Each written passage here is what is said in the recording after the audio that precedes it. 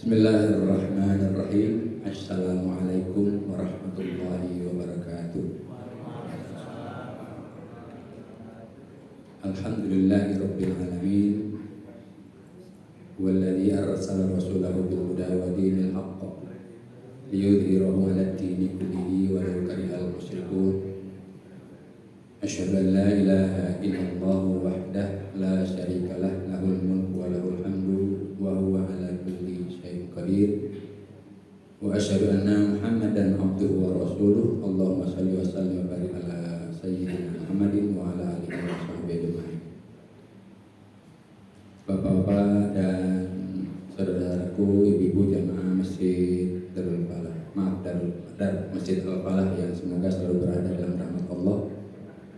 Kita bersyukur pada malam hari ini dapat melaksanakan sholat maghrib berjamaah di masjid kita. Semoga semua amaliyah kita pada hari ini dinilai sebagai amal ibadah di sisi Allah Subhanahu wa taala, dan Allah sediakan pahala terbaik dari yang kita lakukan semuanya.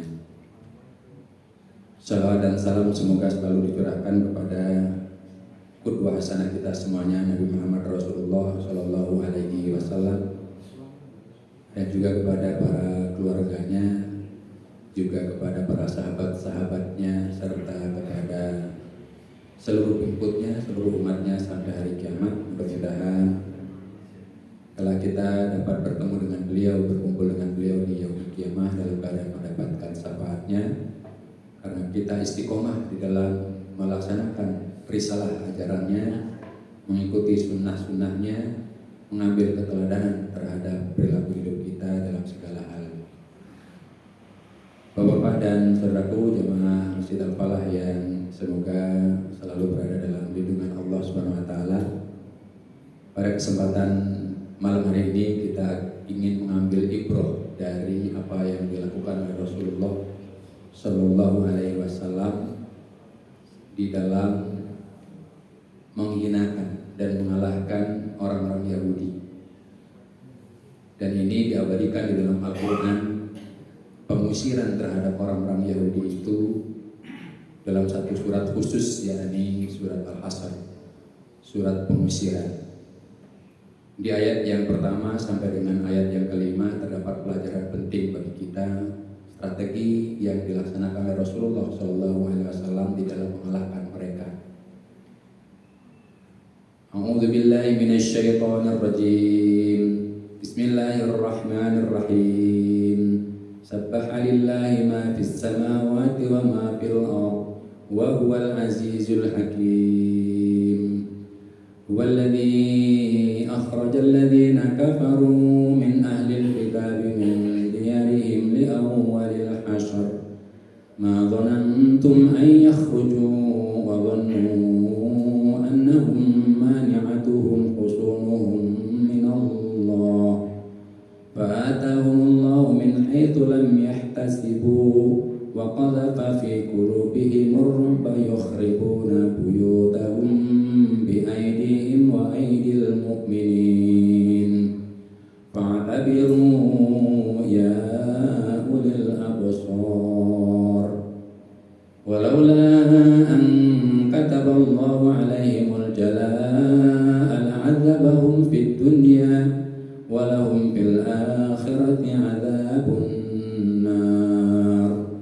Dzalika bi annahum syaqqullaha wa rasulahu wa may yushaqqillah fa innallaha syadidul 'iqab. Ma qata'tum min linatin aw taraktumuha qa'imatan ala usuliha fa bi'idznillah wal yukhziyal fasiqin. Shadaqallahul adzim. Teman sekalian yang saya hormati, belajar dari strategi jenius Rasulullah Shallallahu Alaihi Wasallam di dalam menaklukkan Yahudi di Khaybar yang sangat terkenal. Maka dari ayat ini dijelaskan oleh Allah Subhanahu wa taala di ayat yang kedua, ialah maksudnya Allah yang mengeluarkan orang-orang kafir, yakni orang-orang Yahudi Bani Nadir, di antara ahli kitab dari kampung-kampung mereka pada saat pengusiran yang pertama. Kamu tidak menyangka bahwa mereka akan keluar, dan mereka pun yakin.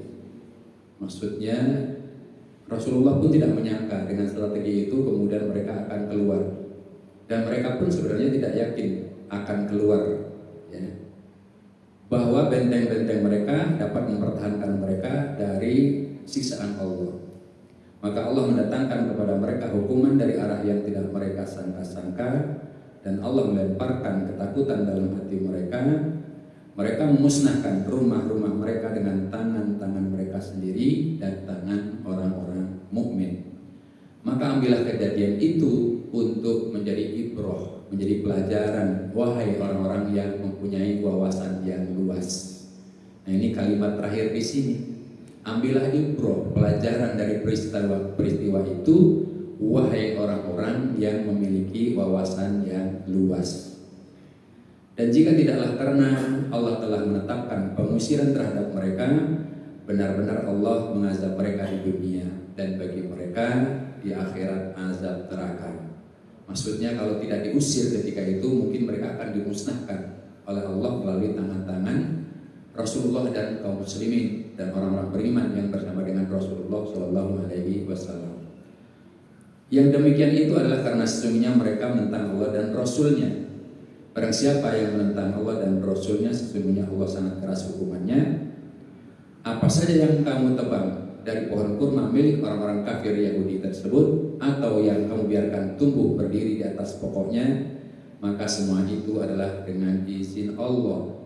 Di sini kalimatnya dengan izin Allah, karena sempat dicela, sempat diprotes, ya, kenapa Rasulullah melakukan itu, padahal Rasulullah mengajarkan tidak boleh membuat kerusakan di muka bumi, tetapi kenapa Rasulullah melakukannya? Itu disebut diprotes. Tetapi semua itu adalah dengan izin Allah, dan karena Dia, maksudnya Allah, hendak memberikan kehinaan kepada orang-orang fasik, orang-orang yang buat kerusakan.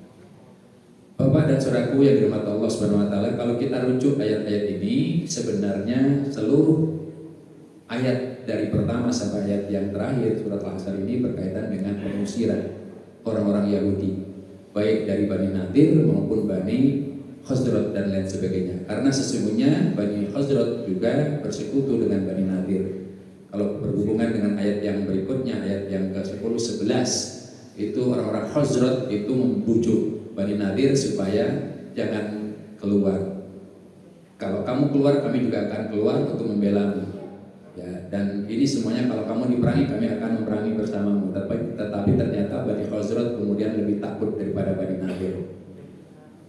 Di dalam ayat ini sebenarnya terdapat pelajaran yang sangat luar biasa. Peristiwa yang berkaitan dengan ayat-ayat ini ketika Rasulullah SAW, ya, di situ ada perjanjian damai dengan orang-orang Yahudi yang ada di Madinah, Bani Quraidah, Bani Nadir. Kemudian Bani Nadir ini juga mempunyai perjanjian fakta pertahanan keamanan bersama Bani Amir, ya, di wilayah antara Khazraj dan Madinah, di antara Khaybar dengan Madinah. Nah, berkaitan dengan ayat ini sebenarnya ada peristiwa ketika Rasulullah SAW, sahabatnya itu ada 70 orang yang dibunuh, ya, oleh orang-orang Yahudi, padahal ada perjanjian.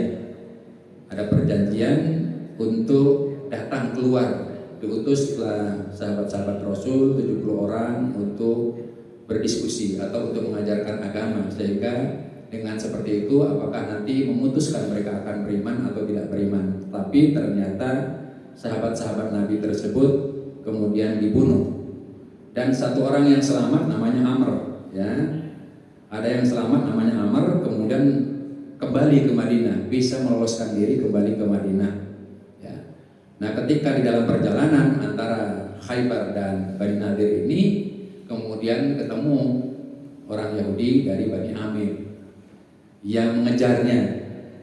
Nah, kemudian dua orang ini dari Bani Amir ini kemudian dibunuh oleh Amr, ya, dibunuh oleh Amr.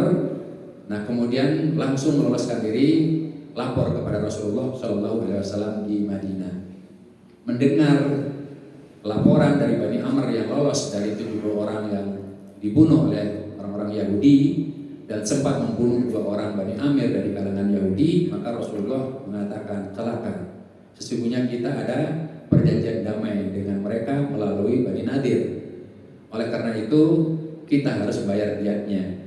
Nah, oleh karena itulah Rasulullah SAW ingin membayar diat kepada Bani Amir tersebut, artinya supaya tidak ada kisos, ya. Rasulullah kemudian mendatangi Bani Nadir. Untuk apa? Untuk meminta bantuan perantara, berdiplomasi antara Bani Nadir dengan Bani Amir. Ada kesepakatan, perjanjian di antara mereka, yaitu perjanjian perdamaian dan keamanan bersama. Nah, ketika salah seorang di antara kedua Bani ini kemudian terbunuh, sementara Bani Nadir ada perjanjian dengan Rasulullah, perjanjian damai, tidak memerangi, dan Rasul juga tidak akan diperangi. Maka karena Rasulullah tidak punya perjanjian langsung dengan Bani Amir, maka untuk membayar diat tadi melalui perantara Bani Nadir. Minta tolong kepada Bani Nadir supaya nanti dihubungkan pembicaraan itu bahwa Rasulullah akan membayar diat terhadap 2 orang yang terbunuh tanpa sengaja tadi. Nah, itu riwayat pertamanya. Tetapi Bani Nadir ini kemudian melakukan makar. Rasulullah datang ke Bani Nadir ini bersama Abu Bakar, Umar, dan Ali, sahabat-sahabat utama.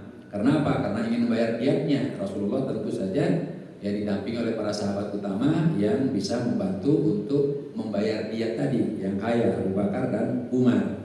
Nah, ternyata ketika sampai di situ baru pembicaraan, ya. Di dalam pembicaraan tersebut kemudian Bani Nadir itu melakukan makar, hendak membunuh Rasulullah SAW.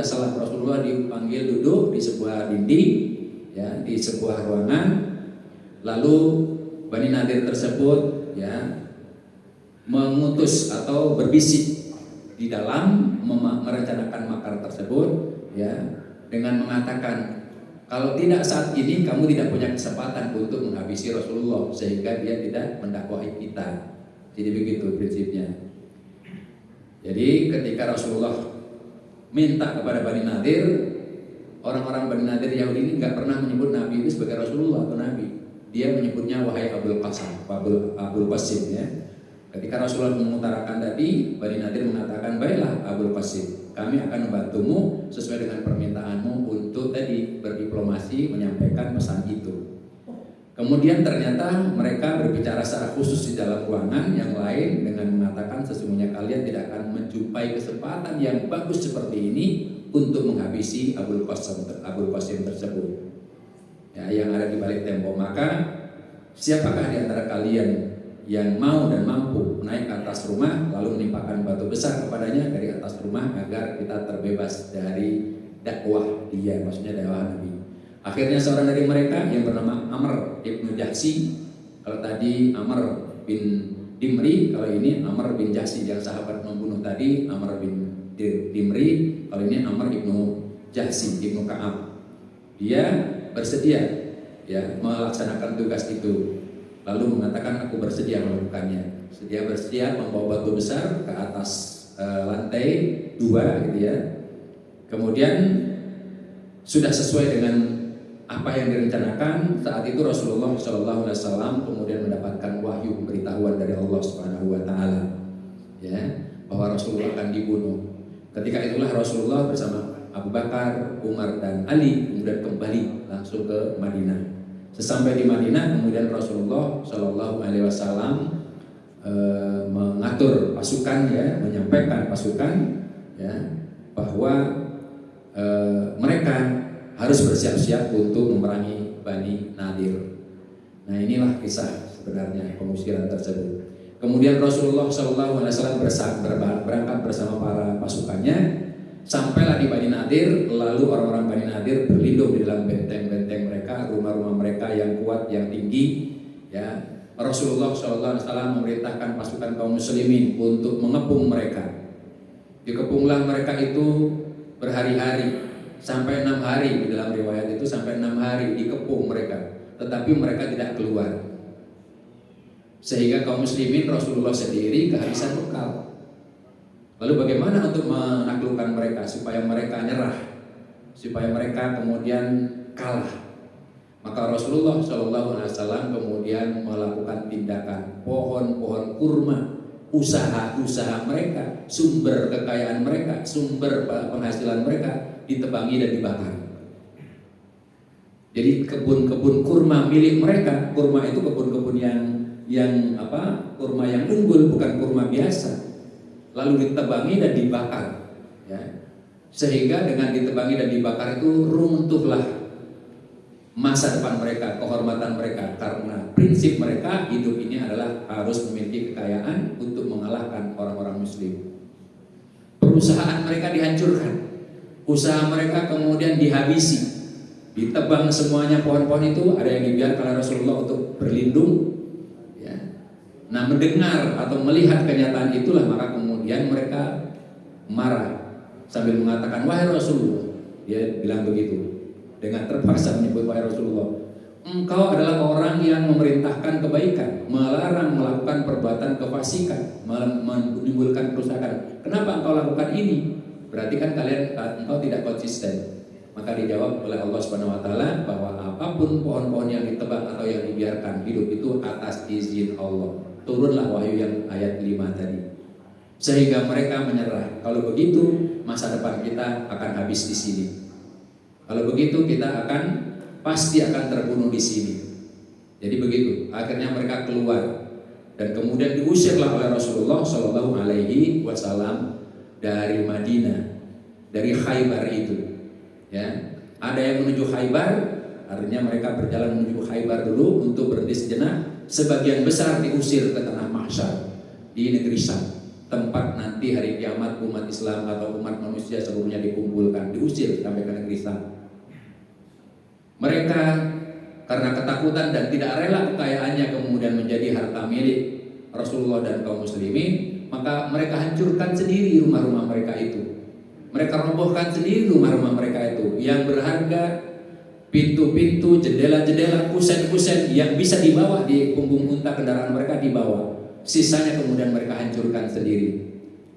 Itulah cara sebenarnya bagaimana mengalahkan Yahudi yang suka berkhianat. Nah, peristiwa ini tentu harus menjadi pelajaran di ayat yang kedua tadi. Ambillah ibrah, pelajaran bagi orang-orang yang memiliki pemahaman yang luas. Karena itu kalau kita di sini mau mengalahkan Yahudi di Israel sana nggak mungkin bisa, Bapak. Kita melemparkan panah nggak sampai, kita lemparkan batu nggak sampai, kita mencaci maki nggak sampai, di demo juga mereka nggak dengar. Walaupun mereka tahu. Dengar ketakutan ketika umat Islam di seluruh dunia, terutama di Indonesia, kemudian berteriak membela saudara-saudaranya di Palestina, mereka ketakutan luar biasa. Apalagi ketika umat Islam meneriakkan ditebangi pohon-pohon bisnis mereka. Maksudnya apa ditebangi di sini? Habisi, runtuhkan bisnis-bisnis mereka. Mereka luar biasa ketakutannya. Nah, inilah sebenarnya strategi penting yang dicontohkan Rasulullah SAW kalau kita ingin mengalahkan mereka. Biarlah yang berjuang saudara-saudara kita di Palestina. Ya, kita sedih sebenarnya masih ada kelompok-kelompok ustadz-ustadz, ya, orang-orang yang menyatakan berilmu tapi nyinyir. Ilmunya itu hanya di batas majelis, tidak pernah tahu kondisi lapangan yang sesungguhnya. Bahkan di lingkungan kita sendiri mereka tidak bergaul, tapi mencela perjuangan saudara-saudara kita di Palestina. Padahal kalau kita hubungkan dengan hadis-hadis, ya, luar biasa bahwa akan tetap ada segolongan dari umatku, yaitu yang dijelaskan oleh Rasulullah di bumi Palestina tersebut. Palestina itu wilayahnya sekarang terpecah menjadi 5 wilayah, Syam atau Syria, Yordania, Palestina sendiri atau Baitul Maqdis, kemudian Yaman dan sebagainya. Itu adalah wilayah 5 dipecah oleh Inggris ketika mereka ingin menyerahkan kepada Zionis Israel itu. Itu semuanya adalah wilayah Palestina, tanah suci Baitul Maqdis. Dan akan tetap ada, kata Nabi, segolongan dari umatku yang tetap melaksanakan perintah Allah, berjuang di jalan Allah, tidak mengganggunya, tidak menyakitinya, tidak membuat surut orang-orang yang mencelanya, sampai Allah memberikan keputusan menang atau syahid di jalannya. Nah, itulah umat itu yang disebut dengan di wilayah Syam.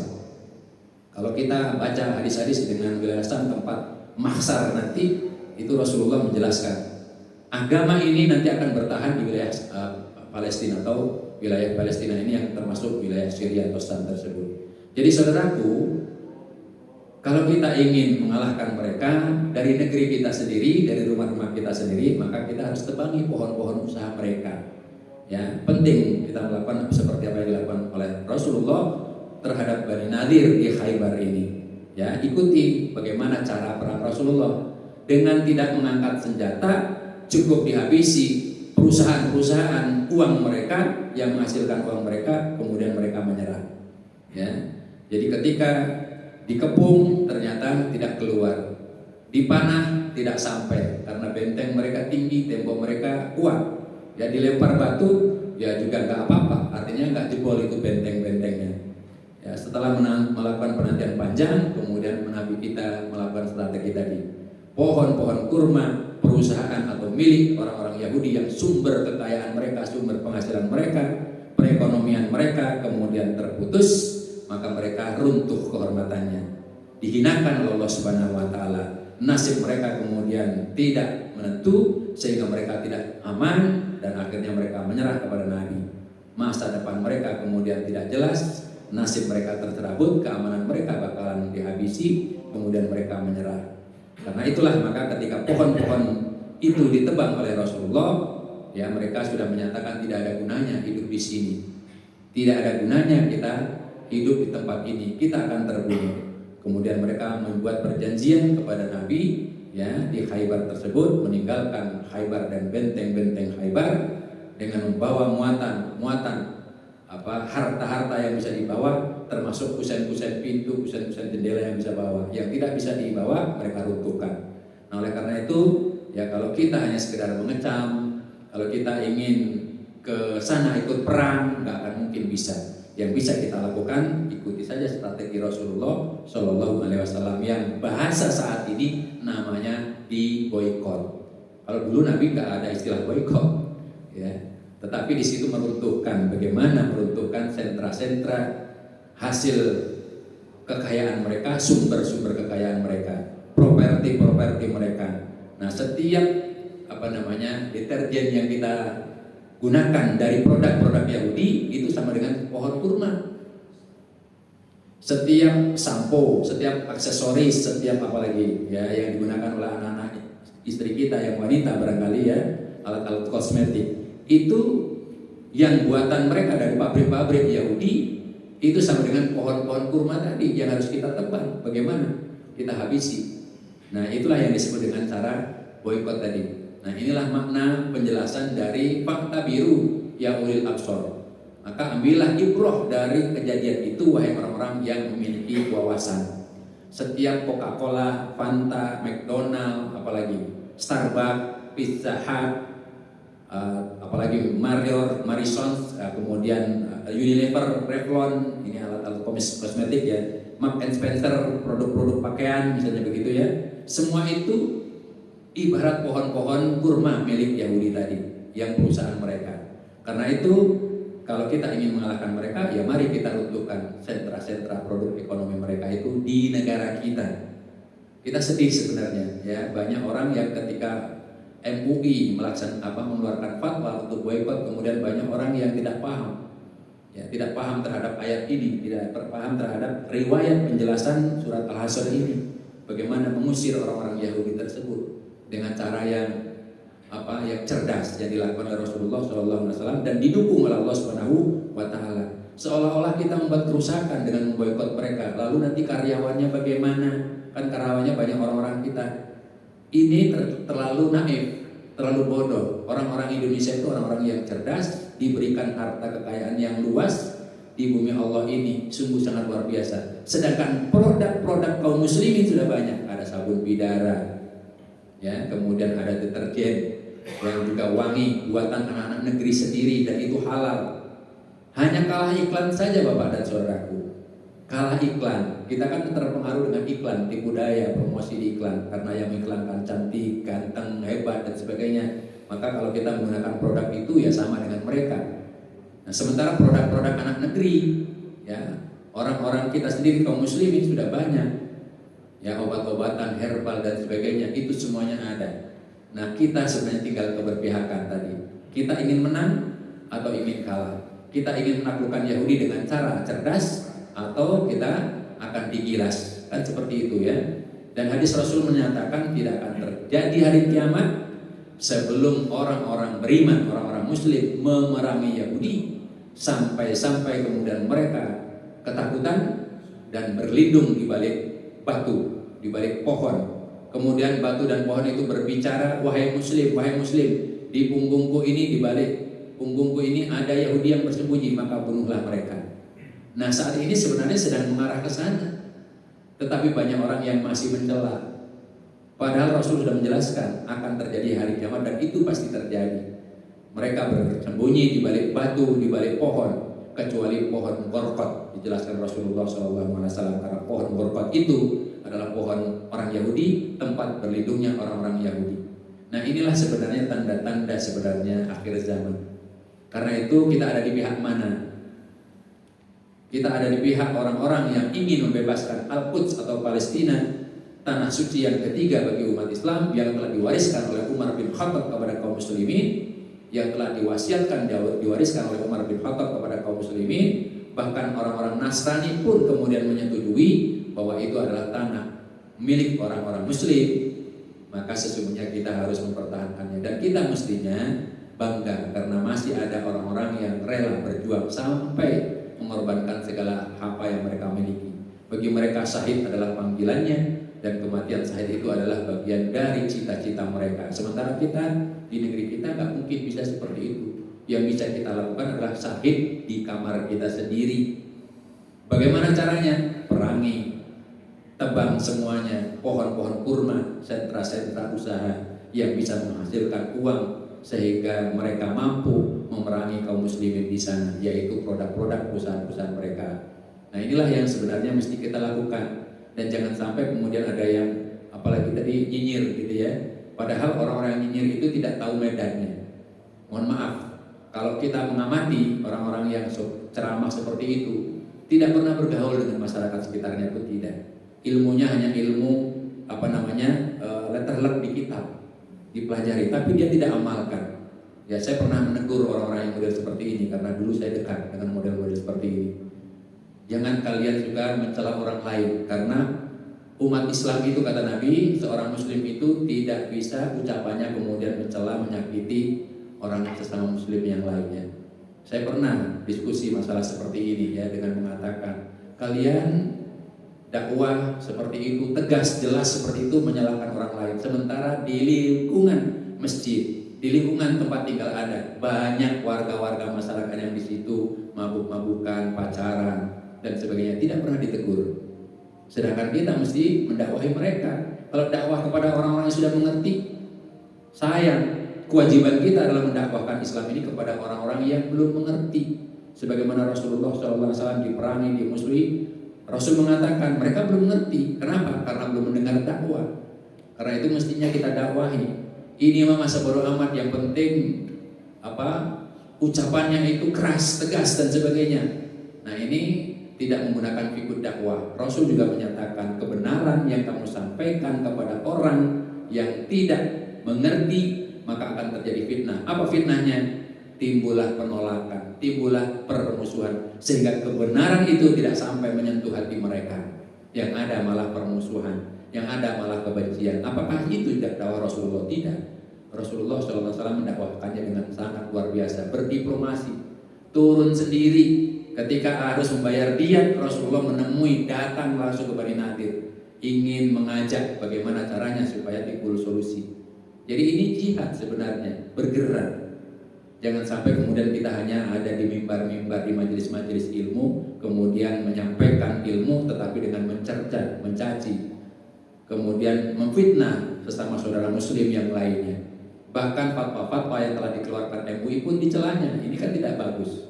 Nah, ini oleh karena itulah kalau kita ingin memenangkan dan mengalahkan bagaimana orang-orang Yahudi dari kesombongannya, dari kezalimannya, karena mereka dikutuk oleh Allah saja tidak takut. Lebih takut apabila produk-produk perusahaan-perusahaan mereka runtuh. Mereka lebih takut itu. Dilaknat Allah mereka tidak peduli. Kita sering membaca ya di surat Al-Fatihah itu di ayat yang terakhir kan sudah jelas. Ya, ihdinas siratal mustaqim siratal ladzina an'amta 'alaihim ghairil maghdub. Di situ bukan orang-orang yang engkau murkai. Itu jelas sekali, yaitu orang-orang Yahudi tadi. Maghdub maksudnya adalah orang-orang Yahudi yang dimurkai Allah, yang dilaknat Allah. Kenapa? Mereka selalu berkhianat. Di dalam sejarahnya selalu berkhianat. Perjanjian apapun dikhianati. Rasulullah ada perjanjian damai, kemudian tiba-tiba Rasulullah bertamu di situ, hendak dibunuh. Kejadian 7 Oktober yang dilakukan oleh pejuang Palestina itu hampir mirip, Pak. Walaupun beda tahun, beda kondisi. Kenapa? Mereka akan menghancurkan Baitul Maqdis atau masjid yang ada di Baitul Maqdis. Kemudian Hamas mengetahui atau pejuang Palestina ini mengetahui rencana tersebut mau diruntuhkan atau dihancurkan masjid itu. Ketika orang Muslim ada di situ, maka didahului. Disinilah sebenarnya strategi Rasulullah tadi, didahului oleh Rasulullah SAW. Ketika Rasulullah tidak dibunuh, diberitahu oleh Allah Subhanahu Wa Taala, Rasulullah kemudian menyerang lebih dahulu. Dikepunglah itu Bani Nadir. Rasulullah menyerang lebih dahulu, padahal dalam sejarah Rasulullah tidak pernah kemudian melakukan serangan lebih dahulu kecuali hendak diperangi. Tetapi karena Rasulullah tidak dibunuh, langsung ya tidak dibunuh, maka Rasulullah kemudian mendahului dengan menyiapkan pasukan sehingga Bani Nadir kaget kok tiba-tiba Rasulullah mengirim pasukan. Kemudian dia bersembunyi di benteng-benteng mereka. Nah, di dalam riwayat selanjutnya, ya kisah-kisah selanjutnya itu ya Amr bin Jahsy tadi ya, kemudian dieksekusi oleh pamannya sendiri. Di antara Bani Nadir itu ada 2 orang yang masuk Islam. Ya, kemudian Rasulullah menegur, sesungguhnya keponakanmu atau anak pamanmu itu hendak membunuhku. Ya, kemudian pamannya kemudian bersumpah, bertekad, akhirnya dia menyuruh orang lain dengan beri hadiah siapa yang bisa membunuh Amr bin Jahsy tadi, ya, yang siap menjatuhkan batu besar dari lantai 2 tadi. Maka kemudian di pamannya sendiri dengan mengutus orang lain, ya, dengan memberi hadiah, Amr bin Jahsy ini kemudian dieksekusi langsung ya oleh sesama mereka. Tetapi sudah masuk Islam. Karena apa? Membuat malu pengkhianatan terhadap Rasulullah SAW dengan perjanjian yang damai tersebut. Nah, inilah pengusiran riwayat itu jelas sekali. Sehingga saudaraku, sekali lagi, mari kita di negeri kita ini, di rumah-rumah kita ini, kita bisa melakukan strategi yang dilakukan Rasulullah pada perang Khaybar, menjatuhkan benteng Khaybar tersebut, sehingga orang Yahudi kemudian dihinakan Allah Subhanahu Wa Taala, dikalahkan dengan cara yang cerdas. Produk-produk hasil-hasil dari perusahaan-perusahaan Yahudi atau milik Yahudi atau kroni-kroni mereka yang ada di negeri kita mesti kita tebangi ya, dengan cara istilahnya di boykot. Rokok-rokok yang dihasilkan oleh mereka, ya, minuman-minuman penyegar dan lain sebagainya, produk-produk itu murah meriah kita tinggalkan saja, kita beralih kepada produk-produk yang dibuat oleh anak-anak di negeri kita sendiri. Ya, mungkin karena tidak terkenal atau tidak diiklankan dan sebagainya sehingga kita mengenalnya. Di situ sebenarnya MUI, Majelis Ulama Indonesia, sudah menyebarkan juga informasi-informasi produk-produk apa yang dimiliki atau diproduksi oleh perusahaan-perusahaan milik orang-orang Yahudi tersebut, sehingga kita bisa tahu. Nah, kemudian kita juga sudah mendapatkan informasi produk-produk apa saja yang diusahakan oleh saudara-saudara kita kaum muslimin, terutama adalah yang berkaitan dengan herbal, kemudian sabun, pasta gigi dan sebagainya. Ini semuanya sebenarnya ada, tinggal kemauan kita. Ya, ibaratnya seperti ketika Ibrahim berperang dengan Namrud, ya, ketika dibakar itu kita ada di pihak mana. Tetapi sebenarnya dengan cara yang cerdas seperti yang dilakukan oleh Rasulullah SAW, kita bisa melakukannya. Dan ini bukan penyimpangan, dan ini bukan kefasikan, dan ini bukan sesuatu yang tidak diizinkan. Seperti halnya Rasulullah tadi menebangi pohon kurma itu ternyata diizinkan, sebahagian dibiarkan karena untuk berlindung dari panah-panah mereka kalau dipanah oleh Yahudi, sebagian ditebangi dan dibakar. Inilah inti sebenarnya yang ingin kita sampaikan saat ini untuk membantu saudara-saudara kita di Palestina. Ya, kalau di sana orang-orang tua, ibu-ibu yang melahirkan itu punya cita-cita anaknya kapan sahih. Nah, kalau di kita kan takut mati kebanyakan, ya. Bahkan baru sekedar fatwakan untuk boykot saja, ya kita para karyawan sudah kebingungan nanti kita bekerja apa. Ya padahal kita orang-orang yang cerdas. Ya, ibaratnya tongkat kayu dan batu jadi tanaman di negeri kita ini. Nah, inilah masalahnya sebenarnya, dan ternyata kita mampu sebenarnya. Karena selama ini kita ditakut-takuti, kemudian dihinakan oleh penguasa sendiri, seolah rakyat kita itu rakyat yang tidak bisa bekerja. Seolah rakyat kita itu adalah inferior, kalah bersaing. Padahal kalau dibuktikan tidak, banyak orang-orang rakyat kita itu yang cerdas-cerdas. Ya, dan kalau orang-orang cerdas ini kemudian maju, bisa membangun negeri kita menjadi negeri yang kuat, mereka ketakutan luar biasa sehingga mereka melakukan fitnah-fitnah dan ingin menguasai seluruh sentra-sentra produksi, keuangan, sehingga anak-anak negeri ini kemudian menjadi gentiles. Apa gentiles itu? Menjadi budak perahan orang-orang Yahudi. Ya, prinsip mereka di dalam kitab mereka itu seperti itu. Jadikanlah budak-budak, pergilah kalian ke seluruh penjuru negeri, jadikanlah penduduknya mereka sebagai gentiles, budak-budak yang engkau bisa hisap mereka. Kalau mereka melawan, habisi mereka. Itu ada di dalam kitab mereka. Sadis, Pak. Ya, oleh karena itu kita mestinya dengan cara cerdas.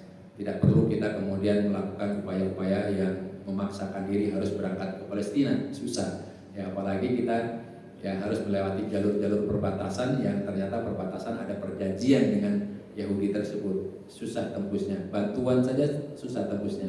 Yang bisa kita lakukan, maka ibarat seperti tadi pohon-pohon kurma milik usaha-usaha mereka kita tebangi, artinya kita runtuhkan, kita bakar. Ya, dengan cara seperti itu mereka akan terhina dan hinakan Allah Subhanahu Wa Taala, dan mereka akan angkat kaki dari lokasi-lokasi mereka. Sehingga itulah pengusiran yang akan terjadi. Di dalam ayat Al-Quran ada pengusiran yang kedua nanti, ya, di surat Bani Israil atau surat Al-Isra, ya, dan ayat surat Al-Baqarah dan sebagainya ada pengusiran yang kedua, dan itu mendekati hari kiamat. Oleh karena itu Bapak dan Saudaraku yang dirahmati Allah Subhanahu Wa Taala, ini tergantung sama kita. Kita tidak akan memaksa. Kita ada di pihak mana itu saja sebenarnya, ya. Sebab kalau tidak peduli terhadap sesama urusan kaum muslimin, kata Nabi, bukan termasuk umatku. Ya, sementara umat Rasulullah itu harus menjadi saksi atas perbuatan manusia, maksudnya mendakwahkan kebenaran, menegakkan keadilan, membela yang dizalimi, menolong orang yang berbuat zalim dengan cara mengingatkan, dengan cara lembut maupun dengan cara tegas, bahkan kalau perlu dengan berhadapan langsung. Ya, itu bagian dari cara yang harus dilakukan. Tidak boleh kita diam melihat penguasa zalim atau saudara kita yang dizalimi. Karena sesiapa saja yang tidak peduli terhadap urusan kaum muslimin, maka dia bukan termasuk golongan umat Rasulullah. Nah, ini yang bahaya. Nah, inilah yang kita mesti waspada.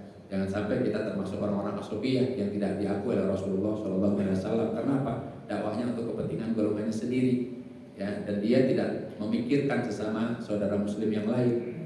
Ya, dianggapnya kita berada dalam kebenaran, ternyata bisa jadi malah kita termasuk orang-orang yang kata Nabi, ya, dari hadis Ali bin Abi Thalib, ada orang-orang yang dakwahnya sepertinya semuanya isinya Al-Quran dan hadis, tetapi sebenarnya ruh keimanannya tidak sampai ke tenggorokan mereka. Kalau kamu ketemu mereka, bunuhlah mereka. Itu ada hadis yang keras seperti itu. Dia mendakwahkan seperti dakwah kebenaran tentang Al-Quran, menggebu-gebu sunnah, ya, menggebu-gebu, tetapi ternyata keimanannya, amaliyahnya tidak sampai ke tenggorokan mereka. Nah, ini kalau kita hubungkan dengan aliran sesat, ternyata di situ ada hadis itu, ya, dan ini perlu kita waspadai juga, dan jangan sampai kita terjebak dalam kelompok yang seperti itu.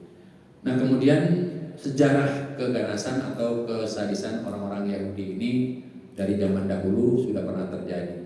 Juga dijelaskan di dalam sebuah hadis, ya, Rasulullah SAW pernah menyatakan begini. Ini dalam hadis dari Abu Abdullah Khabbab bin Arad radhiyallahu anhu berkata, aku mengadu kepada Rasulullah SAW yang sedang duduk bersandar di taman Ka'bah dengan memakai selendang jubah.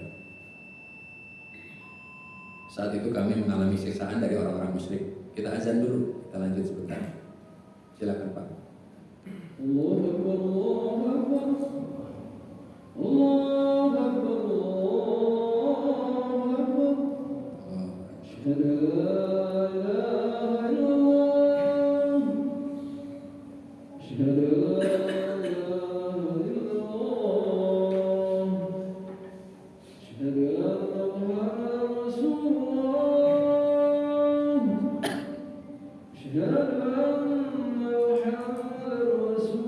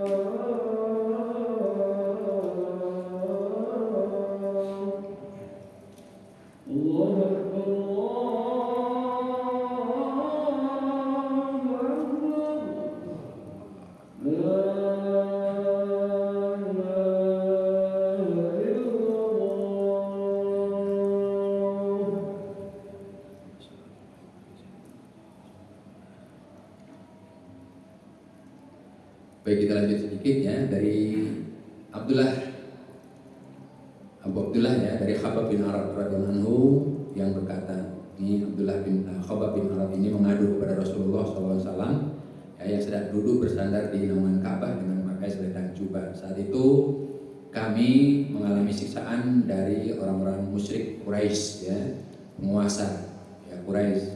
Kemudian aku berkata, ya Rasulullah, mengapa engkau tidak memohon pertolongan untuk kita? Mengapa engkau tidak berdoa kepada Allah untuk kita? Rasulullah SAW menjawab, sesungguhnya ada suatu kaum yang hidup sebelum kalian. Ada seorang laki-laki di antara mereka, ya, mereka ditangkap kemudian dimasukkan ke dalam tanah yang telah digali, lalu digergaji dari arah kepalanya sehingga terbelah menjadi dua. Tetapi dia tidak menyurutkan ya, keyakinannya terhadap agamanya, tidak meninggalkan ajaran agamanya. Ada seorang lagi yang ditangkap kemudian dikuliti dengan sisir besi sehingga kulit-kulit kepalanya mengelupas sampai tinggal tulang-tulangnya. Semuanya itu tidak menjadikan mereka meninggalkan agama mereka. Demi Allah, kata Nabi, Allah akan menyempurnakan perkara agama ini hingga orang-orang yang bepergian dari Sana'a sampai ke Hadramaut tidak merasa takut kepada siapapun kecuali hanya takut kepada Allah. Mereka tidak akan takut kambingnya akan dimakan serigala, akan tetapi ternyata kalian terburu-buru tidak mau berjuang, pengennya dapat pertolongan dari Allah, itu maksudnya begitu. Ya, tidak mau berjuang. Nah, diceritakan di dalam sejarah ya, di dalam sejarah kehidupan para nabi Bani Israel atau orang-orang Yahudi keturunan Yakub ya. Ada dua orang yang dijelaskan oleh Rasulullah tadi. Pertama, seorang yang digergaji kepalanya. Siapa itu? Ya, itu adalah Nabi Yesaya ya, Nabi Yesaya namanya. Pengikut pengikut Isa. Isa putra Maryam ini punya murid 12 ya.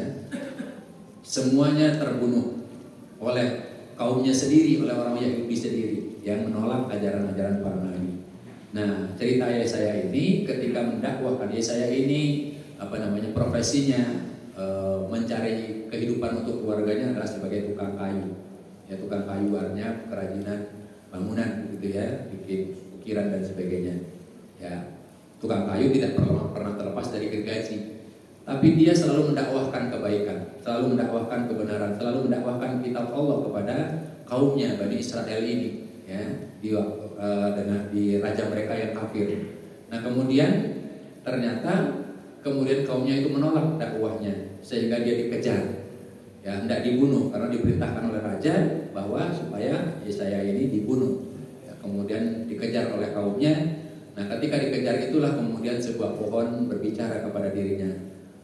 Bersembunyilah di tubuhku ini. Pohon itu berbicara, kemudian pohon itu membuka lubangnya, ya, terbelah begitu seperti pintu. Yesaya masuk ke situ, kemudian pohon itu menutup kembali, tapi jubah bagian belakangnya ternyata ditarik oleh setan iblis yang ketika itu menginginkan supaya ini nanti tertangkap, sehingga terjepitlah itu di batang pohon. Kelihatanlah itu ngelembret apa ya? Ya, menjuntai ya di luar pohon. Nah, kemudian yang mengejar itu kemudian kebingungan, lalu iblis mengatakan sesungguhnya ya saya bersembunyi di batang pohon ini. Maka kemudian pohon itu ditebang atas dan bawah, dipatok, kemudian dimasukkan, dibenamkan di tanah, disaksikan umat rame-rame, kemudian digergaji, dibelah di situ. Nah, itu terjadi. Itulah yang diceritakan oleh Rasulullah, sesungguhnya ada orang yang sebelum kalian yang digergaji kepalanya, dibenamkan di tanah, kemudian digergaji dari arah kepalanya sehingga terbelah, tapi tidak menyurutkan, tidak meninggalkan ajaran agamanya. Nah, itu luar biasa. Kemudian cerita yang kedua yang dikuliti kulit kepalanya, disisir kulit kepalanya dengan sisir besi. Ini juga terjadi, yaitu yang disebut dengan Bartolomeus ya, nabi, ya, pengikut Nabi Isa juga, murid Nabi Isa juga, yang nama aslinya saya lupa tapi disebutnya Bartolomeus. Ini juga sama ya, gara-gara ini di wilayah Armenia kan, saudaranya raja ya, karena di sana ada raja-raja kecil, kakak beradik. Ini yang raja satu lagi kemudian menjadi pengikut Kristus, pengikut Isa putra Maryam. Dakwahnya lewat Bartolomeus itu. Kemudian raja kakaknya ini tersinggung, kemudian menyuruh supaya Bartolomeus itu juga ditangkap dan dihabisi. Nah, kemudian ditangkap, dihabisi, sama, dibenamkan di tanah, dikuliti kepalanya itu dengan sisir besi, digaruk dengan sisir besi, semuanya tinggal tulang belulangnya. Tetapi dia tetap menyebut nama Allah. Dia tidak meninggalkan agamanya, tidak mau kemudian menyatakan menyembah kepada rajanya yang kafir tersebut. Maka kemudian raja itu emosi, langsung ditebas kepalanya. Nah, itu contoh-contoh yang seperti ini memang ada. Itulah kekejaman Bani Israel sebenarnya, yang sampai hari ini dan sampai hari kiamat selalu mengingkari janji. Ya, ini gencatan senjata saja mungkin tidak lama itu akan terjadi, mengingkari berkali-kali, itu selalu terjadi. Oleh karena itu kita harus mengambil sikap waspada, dan salah satu yang bisa kita lakukan di negeri kita sendiri, di kamar kita sendiri, mari kita jatuhkan mereka, kita hinakan mereka dengan membakar atau memohon menebangi pohon-pohon bisnis mereka, produk-produk mereka jangan kita beli, produk-produk mereka kita tidak gunakan. Mari kita beralih dengan produk-produk dalam negeri, produk-produk anak negeri. Dengan cara seperti itu akan terjadi dua efek. Efek pertama, Yahudi terhina, runtuh kerajaannya, runtuh kekuatannya, runtuh kehormatannya, sehingga dia nanti akan menyerah. Yang kedua, bisa membangkitkan ekonomi umat, membangkitkan ekonomi, mohon maaf saya menggunakan istilah pribumi, ya, membangkitkan perusahaan-perusahaan milik pribumi. Kalau bisa malah diambil alih, misalnya Danone, perusahaan Aqua, kalau misalnya jatuh nanti sahamnya runtuh, kan bisa dibeli oleh kaum muslimin. Itu kalau bisa terjadi, seperti halnya Utsman bin Affan membeli sebuah sumur milik wanita Yahudi. Itu luar biasa kalau kita bisa lakukan, dan ini butuh kesepakatan, kekompakan, kebersamaan. Istilahnya adalah akidah wala dan barok kita, ya. Kita sudah pernah jelaskan akidah wala dan barok.